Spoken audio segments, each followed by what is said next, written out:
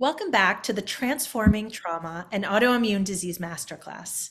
I'm your host, Dr. Maya Shetreat, and I am so thrilled today to have Dr. Olga Stevko, who is a medical doctor trained in infectious disease and studied biology and immunology, who then became interested in unconscious programming and how that impacts your immune system and can even lead to autoimmune diseases and other kinds of conditions. And Dr. Olga has been on podcasts with Ben Greenfield and Jill Carnahan and a lot of other amazing people. And she is here today to talk to us about how our unconscious programming can lead to disease and her unique methodology that helps her transform that with her patients. Welcome, Dr. Olga. Thank you. It's so nice to be here with you.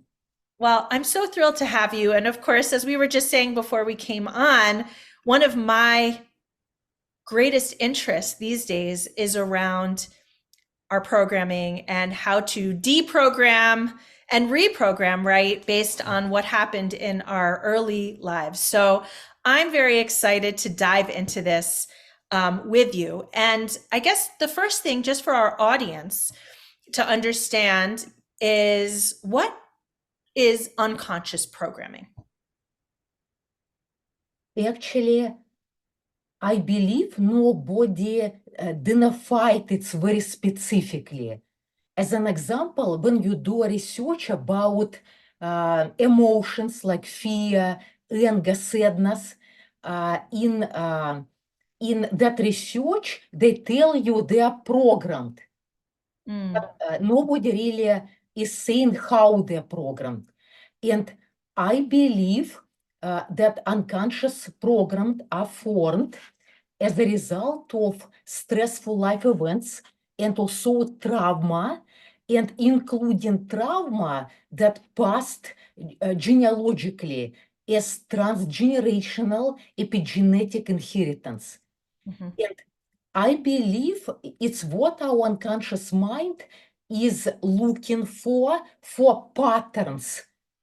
Mhm. Even you're enjoying yourself, or especially during stressful and traumatic situations. Because our unconscious mind is helping us to survive, and it's looking for patterns, whatever is not matching whatever is going on, or also patterns that our ancestors survived, and it's a learning experience Mhm. because learning new patterns in environment, and I believe it's all programmed in DNA, and DNA does not really transform all memories of our ancestors. I believe it transforms some information that our unconscious mind can access, and it is as epigenetic genes can express for something our unconscious mind needs at that point of time. And I believe if you experienced it, because some unconscious programs are forming even in the womb, for example, and also during childhood. I believe if it's already was experienced, your unconscious mind can have an access to that unconscious memory, because your conscious mind cannot remember everything. And if you did not experience it, I believe your unconscious mind is searching on genetic experiences as through that gene's expression and getting that information. It's what I believe. Yeah. Well, I think this is really well supported by more and more of the scientific literature. You know, you're coming from a immunological background, I'm coming from a neurological background, and we both, I think, meet in the same place around, right, this idea of cellular memory, right? That our cells have memories. They physiologically hold our experiences in their structure, in their epigenetics, right? The way the DNA is labeled and how it's read, right? So the DNA might be exactly the same, whether you had terrible ancestral experiences or wonderful ancestral experiences, but the way it's labeled, right? What decides when you menstruate, when you go bald, if you get this disease, et cetera, are all labels that come from our ancestors, right? And that's our epigenetics. So all of these are part of our cellular memory that are then turning on and creating patterns that our brain and our body look to in particularly moments of stress and difficulty, right? That's a lot of what our body then says, "Oh, I know what to do now." That is that correct in what you're saying? I want to make sure that I'm summarizing it Uh, exactly as you're thinking about it. yes, yes, I do agree. And also would like to add to this information that there is a different definition of unconscious mind. If you, for example, look what Sigmund Freud told, or Carl Jung, or Dr. Milton Erickson, a psychiatrist who used hypnosis. Uh, and I believe that our unconscious mind is our autonomic nervous system and much more. It's Mhm. kind of a wisdom, intelligence in our body. It is a neuron communication, nerve cells communication throughout our body, because our mind is not our brain. It's our mind is everywhere in our body. Yes, beautifully put. Beautifully put. And I say that all the time as a neurologist, and people look at me like I'm crazy because I'm supposed to be interested in the brain. But really, the way I think of it also is every single cell in our body is intelligent. And they all come together to create this field that is us, this universe that is us, that is intelligent. And we have been taught to disregard a lot of the messages that we get from this field of intelligence that we exist within, right? So, um, I think this brings us into the body's intelligence and how the body behaves. Because a lot of people are probably listening to this who have autoimmunity or other kinds of conditions and are thinking, okay, this is all very nice about programming, trauma, what happened to us when we were children, or what happened to our great great grandmother. But what does that have to do with my physical body and my autoimmune disease? So, can you take people from, right, they've had difficult childhood experiences or difficult familial experiences, it's been programmed into their unconscious cellular wisdom. It's a pattern that they're living that they don't even maybe realize. How does this then translate into the physical body in terms of health or disease or autoimmunity? It's a very, very good question. And as you said before, now there is more and more evidence how our mind affects our body. And you're familiar with the field of medicine, neuroimmunology. And in this field, they showed that how it's happening, how our mind affects our body, as if it's a five-step process. First of all, it's a perception of external kind of situation or stimulus. Whatever is going around, either some people trigger us or whatever is going in the environment, for example, loud sounds or something else. And the second step, it's our autoimmune, it's autonomic nervous system response. And after step number 3, it's biochemical changes and also physiological changes. And step number 4, it's your immune system reaction and response. And number 5, it's health consequences.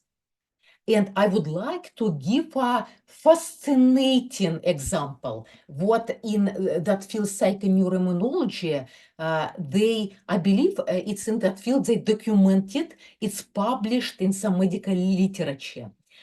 Are you familiar with DID, dissociative identity disorder? In the past, it was called multiple personality disorder. Yes, yes. And they documented that for some patients who had DID, there were different patients. One patient had an autoimmune disease, diabetes type 1. And interestingly enough, in one personality, that person had diabetes type 1.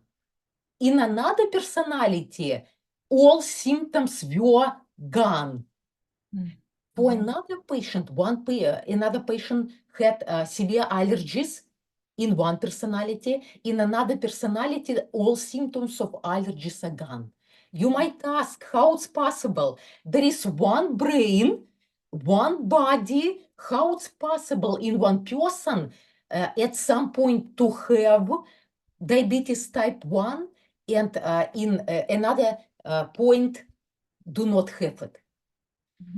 And what I think that in different personalities, there will be, first of all, these patients with DID, they don't have a strong sense of identity. And in different personalities, they have absolutely different behavior, different likes, different dislikes, even how they talk, walk, even the quality of voice can be completely different. And I believe that in different personalities, they're living through filters of different unconscious programs from different groups of memories. And also their perception changes dramatically. And some people might ask how perception can affect me. Perception can affect you dramatically because there is a self-perception, perception of yourself. And if you have low self-esteem, low self-worth, low self-love, it will be stress in everyday life and very often. And perception of the world and other people, if you perceive, because that DID, dissociative identity disorder, it's too extreme because not everybody has it. And how it can apply what that example I just said to other people who don't have DID, because it's the same. When people perceive themselves, the world, and other people through filters of the unconscious programs. And that's why, as that perception occurs, people can experience either peaceful, calm experience during some events, situations, or people, or on the contrary, it can create anxiety and big stress reaction. It depends on your perception. As I told, for example, if somebody has good self-esteem, self-worth, around people, they will feel equal, like as good as others. If opposite, it will be like really stressful situations when people have not as good as others, insecure. It's one of examples. Yeah, that's so interesting and such an interesting example to bring in this multiple personality disorder slash DID example. And I'm going to just share something that I think is valuable from the neurologic standpoint that I teach a lot about, which is called predictive coding, because you're talking about perception and people assume when they go into any situation that everyone's perception is equal, right? Like we're all seeing exactly what's there. And the way our brain works, and actually our default mode network, and it's a constellation of parts of the brain that work together, that's our ego, and our perception to some extent um, controls something called predictive coding, which is when we walk into any situation and we think we're seeing all the details, just like everybody else. Oh, that guy's wearing a yellow shirt. That person is laughing and holding a drink, right? Whatever you think when you walk into this room of people, you're not seeing the same thing as everyone else. We actually, each as individuals, see only a few details of what's actually happening. And then we fill in everything else from past experience. That's the way our brains work. And it is, as you said earlier, a survival mechanism. And also, of course, we want to live from the wisdom of our experience, right? I mean, that's important. And yet, what it means is exactly as you say, if we're coming from a place of low self-esteem, very activated sympathetic nervous system in fight or flight, etc., then when we walk into a situation, what we might perceive will look a lot different than somebody who has had a secure childhood and feels good about themselves and is confident and right. They're going to see a different set, that what they're going to fill in to the same exact experience could look completely different, even though the experience itself, you know, is the same for both people. They don't experience it or even perceive it in the same way. So what you're saying has a very strong basis in neuroscience, and it kind of explains why some people live in these patterns that where a lot of difficulty and stress come up again and again and again.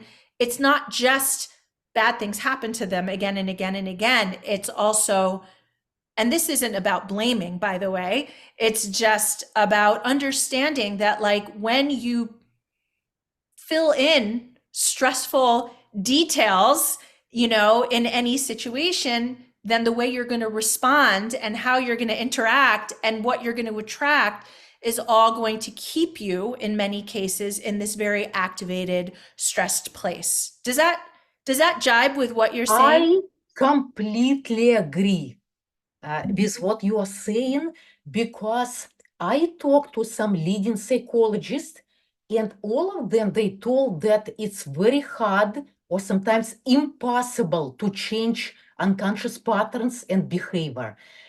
If you will try to change a behavior on behavioral level, it will be a battle, because your unconscious mind will win at the end. And unconscious patterns and even your traits are forming because of unconscious programs. Mhm. And what I noticed working with my clients, that unconscious programs and the issue they create mostly come genetically. Because whatever you're experiencing during your childhood, your parents are behaving that way. How did they learn how to behave this way? Because their parents behave that way. For example, if it's some kind of, for example, physical abuse. And their parents were that way because their parents were that way. It kind of passing genetically a lot of reactions, behavior, like a lot of patterns. And what I noticed, that unconscious mind, unconscious programs, they affect, Dr. Maya, most things in your life. Even what you already said, what I noticed, because people are, because how they're perceiving the world, it's not the world itself. Right. It's your internal map of that world. And some people are surprised. They think everybody like feel how they feel, as you said, and they feel so much different. And unconscious programs, because it will be kind of as if imprints to everything, even your expression of face, because for a long time you are feeling certain way. Even your posture, what I notice, unconscious programs affect how you are, your essence, your manners, your expression of face, even how muscles are in your face, because there is a term, psychological neuromuscular locks, and unconscious programs can create those locks, And in this case, for some people, their face as if it's a mask, not like really moving much, not alive, not emotional, for example. And can affect posture, can affect our reactions, because reactions are different, even in the same situations for different people, can affect our behavior, how we feel emotionally, physically, and also even your thinking, because some unconscious programs will create no clarity, even in your mind, even how your brain is forming thoughts. They can be incomplete or not clear, and in this case, it's very hard to deliver them verbally. Mm-hmm. Yeah, I mean, I think it's something that takes some getting used to in terms of, people think they're operating in a way where they're in control of what they're doing. And, the data shows that we are really probably 95% operating from unconscious programming and only about 5% from our conscious mind. And so it's like we wonder why we're all the time like, I want to do this and I hope to do that, and then we're like, why isn't this happening, or it's not going the way I expect, or why do I find it so difficult? And it can be because we're it's like we're swimming against this tidal wave, which is taking us in a completely different direction. And this is just a tiny example. I want to get into what we can do about it, of course, but I was just talking to a client of mine yesterday, and she said, I have a lot of bad habits. And I said, I really want to work on. I said, well, what are some of the bad habits? And she said, well, I don't drink water. I don't drink enough water. And I procrastinate, she said. So we were talking a little bit about her childhood and about how she got to this point, because she had a lot of medical conditions. And I was like, I realized that a lot of why she wasn't drinking water was really not about, it wasn't a bad habit, right? That was like her own programming saying, I'm bad and I'm not taking care of myself the way I should. And this sort of judgmental framework where I was like, I think you're not, your programming is to take care of everybody else and run yourself ragged for everybody else before you take care of yourself, right? So it's like starting to understand, this is just a really basic example, but to think to even shift the idea of drinking water as a pleasurable moment in your day, right? I said, like, what if you made yourself, she liked tea, what if you made yourself tea 3 times a day, and that is sacred time? You have a little timer, it reminds you, now's the time for me to have my sacred ritual of tea, right? Rather than being like, I'm so bad, I suck because I don't drink water. That's my bad habit, right? And like, this is just like a really almost superficial, but not so superficial way that like our lens can make something feel like we're wrong, right? We make ourselves wrong, or we tell ourselves we're bad, and we kind of are getting in our own way, when really it's like, I think she was afraid to experience pleasure and afraid to take good care of herself because she didn't even know what that felt like. It was so foreign to her. So I think that's just, it sneaks into our lives in all these ways we can't even see or imagine. And this is where I think your work, I'm really excited to hear about it, because there are not a lot of ways, right, to reprogram ourselves. And one of the ways is, that a lot of people are excited about now, I've worked in, which is master plants and psychedelics, but I know that you have your own strategy and way that you work with your clients. So tell me a little bit about what you do when you have someone who is coming to you, let's say with autoimmune disease or another physical condition. And of course, a lot of times that also comes along with mental and emotional, um, you know, other symptoms too. How do you start working with someone on their unconscious programming? Thank you for asking.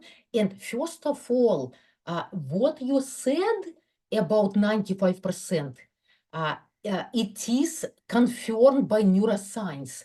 Neuroscience has shown that 95% of our entire life experience are shaped by unconscious programs. And people are not aware of the unconscious programs, and most people are not aware of their patterns. And in order to change permanently some behavior, certain patterns, you need to work on the unconscious level because it's coming from the unconscious level. And you need to work on the unconscious programs. And what you describe, what you do, it's very powerful, Dr. Maya, because there can be very powerful shifts too, even by bringing awareness. And bringing awareness, it's a first step of resolution and healing and transformation. And also like what you do with your remedies. And I helped a lot of people with different autoimmune diseases. And they show that there are, I believe, more than 80 different autoimmune diseases. And when people have autoimmune disease or diseases, their own antibodies of the immune system are attacking cells from like different organs or tissues, and it can happen in any place in their body. And I helped a lot of people with psoriasis and also Hashimoto's disease. And also, just recently, even I had a client with autoimmune hepatitis. It's not as a common disease, and also she has cirrhosis and also rheumatoid arthritis. And interestingly enough, now even dermatologists, they show a link. People who have psoriasis, they are more likely to have depression, anxiety, and even some mental conditions.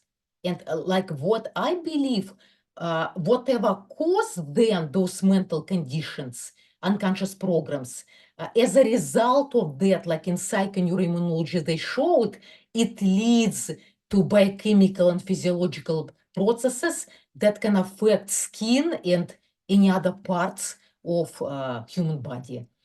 And when people come to me, I do an assessment. I observe, and I'm a very observant person. I observe their face, and I'm looking for neuromuscular locks. And some neuromuscular locks, they can create even asymmetry in face. For example, one eye can be bigger, one eye can be smaller. You can see even some actors or TV anchors, they have it. Or, for example, inability to smile authentically. It's such a big neuromuscular locks around people's, person's lips. And also, I'm looking for we look at posture because there can be neuromuscular locks in neck and shoulders and upper back. Also, how people walk.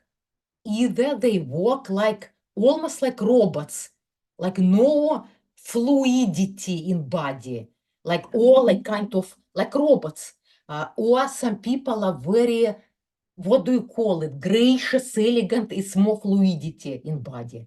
And I'm looking for verbal patterns when people talk and non-verbal for gestures and how people express themselves non-verbally.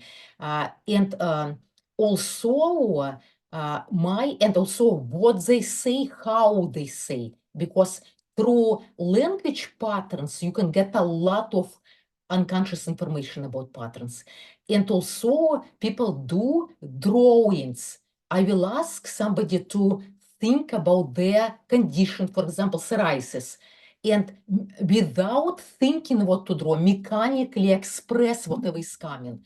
And it looks like almost what we call like modern art, I forgot a word for that type of art, kind of a mechanical drawing, not necessarily people or objects. And in this drawing, I will see unconscious patterns and unconscious information, and I will ask some question. And when I do it, I will identify what unconscious programs cause at the first place to create that condition. And by transforming unconscious program or programs, people can overcome that condition, and often completely. Sometimes it can dramatically improve if it's not enough work done. And, often people can overcome these conditions. I created uh, my own methodology, even what I explain, I observe. I created it, and I guide people with a multi-step process. And during that process, your unconscious mind will be doing most of the work, because you cannot possibly do what I will be asking to do. As an example, to find all memories that created that program, including genetic memories. And somehow unconscious mind finds it, and very fast. And after I do different steps in order to resolve trauma and that reaction during those memories. Usually there are multiple memories that create one program. And why it works very fast, what I do, because your unconscious mind will be working on all memories, groups of memories at the same time. Because if you try to work one memory at a time, it will take forever. It will take such a long time. And at the end of the process, pretty much that unconscious program will be transformed, and trauma will be transformed, resolved, and also whatever the trauma created, some limitations, reactions, unpleasant emotions, feelings will be released. And I'm talking only for that program. And sometimes some issues are caused by only one program. In this case, that issue can be resolved at the end. And more often, certain issues are created by multiple unconscious programs, and you need to work on those. And even after working on one, it can be already a noticeable difference. I will give you as an example for that client who has autoimmune hepatitis and cirrhosis. I remember what she told me when she came to me. She had like very bad pain in her liver area, and also feeling like heavy there. Also, it's a typical symptom of liver some liver diseases, like very bright red palms. Also, she was very tired most of the time, could not sleep well, and her bilirubin was very high, and other liver function panel, AST, ALT, were very, very high. And what else she had? Her skin was pretty much brown, like dirty brown color, pretty much everywhere. And after a few sessions, now her bilirubin is normal. ASTLT dramatically, significantly decreased. And her skin got lighter not in most areas, in some areas got much, much lighter. It looks like a tan, but not brown. Her palms are pink now, but not red. Her pain is gone. Her tiredness is gone. She sleeps well. And her entire life changed. Because interestingly enough, when you work on a health condition, what your unconscious mind does during my work, whatever did lead to that condition, there were mental and emotional issues. and pretty much your unconscious mind working on those two. And her life changed dramatically. She's more open, connecting more with people, trusting herself and people, and have like lightness, not like kind of feeling not optimistic, negative. Many things shifted. Mm, that is really incredible. And I really appreciate what you're bringing with this story and with your work because we have, as MDs, have been trained, and of course, so has society at large been trained to think that physical problems always have to have physical solutions. And it actually turns out, like you say, right? If we go back to that idea of the intelligence of the cells of the body, right, of this field that we are in, and the way that you can communicate in a sense with the unconscious mind, right? This sort of part of ourselves that's intelligent but is not within our linear way of knowing. It's this kind of time outside of time, this part of us that's outside of our consciousness.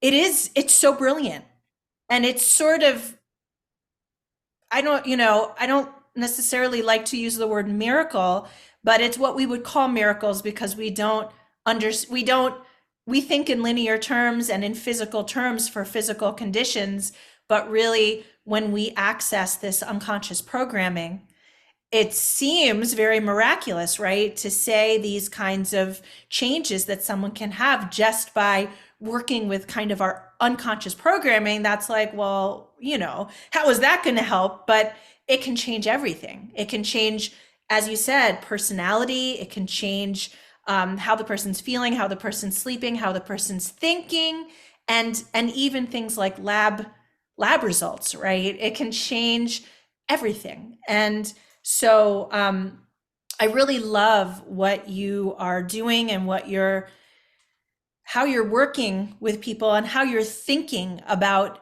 physical illness and even mental illness, right? As something that we can come to in a completely different way than we've been taught, using neuroscience, using immunologic science, using the work of some of the great, uh, psychoanalysts and others who have worked with the unconscious and the imagination and a lot of other things, and see where we can practice medicine differently. So I just really want to honor what you're doing. And I know that people are going to hear this and want to find you. And of course, we have links to your website and things like that. But do you want to just say the best place for people to find out more about your work?